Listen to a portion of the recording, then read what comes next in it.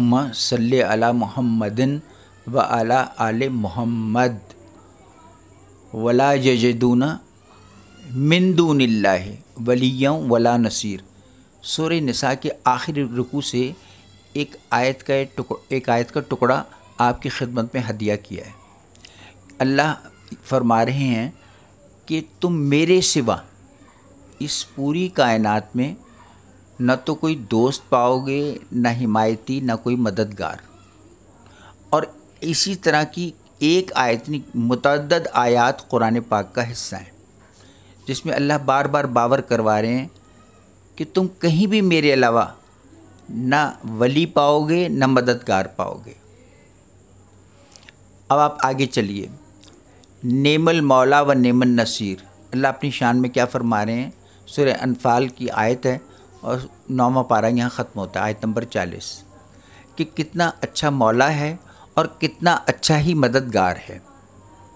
इय्याक नाबुदु व इय्याक नस्तईन का भी यही मतलब है कि हम सभी कुछ तुझे ही जानते हैं और तुझी से इस्तिआनत का मतलब है मदद तलब कर रहे हैं, किसी और की तरफ इधर उधर नहीं देख रहे।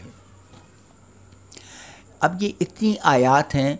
फिर एक आयत और मुलाहज़ा फरमाए सूरह निसा की, वजअलना मिन लदुनका वलिय्यम वजअलना मिन लदुनका नसीरा, यानी अल्लाह तू अपनी जनाब से मेरे लिए, हमारे लिए कोई दोस्त, कोई हिमायती और अपनी ही जनाब से कोई हमारा मददगार भेज दे।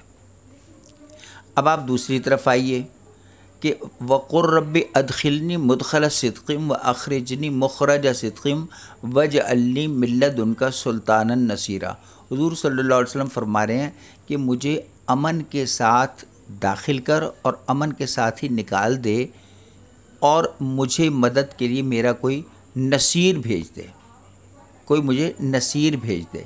जिस तरह मूसा अलैहिस्सलाम ने फरमाया कि मिन अहली वज़ीरा, तू मेरे लिए कोई वज़ीर भेज मेरे अहल में से, यानी मेरे भाई को ही मेरा वज़ीर बना दे जो मेरा मुआविन और मददगार हो। किसके काम में? अल्लाह के काम में, मुशरिकों के ख़िलाफ़ जिहाद में, उनसे जंग लड़ने में, मुशरिकीन से, काफिरीन से, फासिकीन से, मुफसिदीन से। अब गोया साबित क्या हो रहा है कि दुनिया में अगर कहीं मदद मिल सकती है तो सिर्फ़ अल्लाह के हुक्म से मिल सकती है। अल्लाह की मदद नहीं होगी तो ना कोई मदद मिलेगी, ना कोई नसीर मिलेगा, ना कोई वली मिलेगा। यही बुनियादी तौर पे एक अक़ीदा है जो तमाम अहले ईमान को समझ लेना चाहिए। अल्लाह के सिवा उन्हें मदद की ज़रूरत है तो अल्लाह से मांगें, अल्लाह ख़ुद उनके लिए मदद उतार देगा।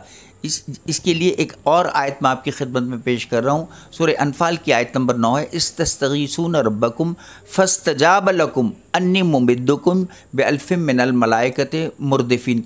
रसूल, आपने जब मुझे मदद के लिए मैदान जंग में पुकारा, बदर के मैदान में, तो और मुझसे कहा कि मेरी मदद की जाए, तो अल्लाह ने कहा कि फस्तजाब लहुम, कि मैंने आपकी बात को कबूल फरमा लिया, आपकी रिक्वेस्ट को कबूल फरमा लिया और मैं 1000 फरिश्ते मैदान जंग में उतार दूंगा जो लगातार आएंगे, कतार की शक्ल में आएंगे और फिर कुफ़ार का मुकाबला करके उन्हें ढेर कर देंगे। इसी तरह एक और आयत मुलाहिज़ा फरमाइए सूरह तहरीम की, कि अल्लाह फरमा रहे हैं रसूल अल्लाह से कि आपको आपकी तमाम अज़वाज मुतहरात अगर छोड़ भी दें, सबकी सभी छोड़ दें, तो फ़इन्नल्लाह हुवा मौलाहु, तो आप इस कायनात में अकेले नहीं हैं। सबसे पहले कौन है? मैं आपका मौला हूँ। फ़इन्नल्लाह व मौलाहु व जिब्रीलो व सालिहुल मुमिनीन वल मलाइकतु बादा ज़ालिका ज़हीर, कि अल्लाह ही रसूल अल्लाह का मौला है, सभी कुछ अल्लाह ही है। और उसके बाद इस कायनात की सबसे क़ुव्वत वाली जो शय है वो कौन है? ज़ुल क़ुव्वतिल मतीन, वो जिब्रील अमी हैं। जिब्रील अमी हैं जिनकी एक पर में इतनी क़ुव्वत है कि वो ज़मीन को अपने पर से उठाएं और आसमान पर ले जाकर गिरा दें। फिर अल्लाह फरमा रहे हैं मलाइका, तमाम कायनात के मलाइका, और सालिहुल मुमिनीन का मतलब होता है कि आदम अलैहिस्सलाम से क़यामत तक जितने भी मोमिनीन मोमिनात आएंगे दर्जा बदर्जा, अम्बिया, सालिहीन, सहाबा, اولیاء کرام سب کے سب وہ کیا ہیں؟ رسول اللہ کے مددگار ہیں۔ بعد ذالک ظہیر، ظہیر کا مطلب مددگار ہے، اس کا مطلب محمد الرسول اللہ کا مددگار اللہ ہے، جبریل ہیں، ساری کائنات کے صاحب وہ ملائکہ ہیں، تمام مومنین ہیں، جملہ کائنات کے مومنین مومنات ہیں۔ اس کا مطلب کیا ہے؟ محمد اکیلے نہیں ہیں، یہ سب کیا ہیں؟ یہ ساری کائنات اللہ کے ماں سوا کیا ہے؟ غلامان محمد ہے۔ یہ دراصل یہ آیت بتا رہی ہے کہ محمد الرسول اللہ کا ساری کائنات کیا ہے؟ غلام ہے، اس میں جن و انس دونوں شامل ہیں۔ تو محمد رسول اللہ کی قوت کا اندازہ کوئی کر ہی نہیں سکتا کہ یہ ساری کائنات جن کے لیے بنائی گئی ہے سب انہی کے غلام ہیں، نباتات جمادات بھی انہی کے غلام ہیں۔ اس لیے بات سمجھنے کی صرف یہ ہے کہ اللہ سے ہی نصرت مانگی جائے، اللہ ہی سے مدد مانگی جائے، اللہ ہی سے دوستی مانگی جائے۔ اس آیت کو آپ نقش کر لیں، آیت نمبر 75 ہے سورہ نساء کی، وَاجْعَل لَنَا مِن لَّدُنْكَ وَلِيًّا وَاجْعَل لَنَا مِن لَّدُنْكَ نَصِيرًا۔ اللہ اپنی جناب سے میرے لیے کوئی دوست اور میرا کوئی حمایتی، کوئی مددگار بھیج۔ جب بھی کوئی تنازع ہو، مسئلہ ہو، خاندانی مسئلہ ہو، عدالتی مسئلہ ہو، معاشرتی مسئلہ ہو، اور آپ کو جب مدد کی ضرورت پڑے کہ اللہ میرا کوئی حمایتی بھیج دے، سب لوگ میرے مخالفین زیادہ ہیں، حمایتی کم ہے، تو اس آیت کا ورد کریں۔ اللہ غیب سے ہی آپ کو مدد فراہم کرے گا، لیکن انسانی شکل میں فراہم کرے گا۔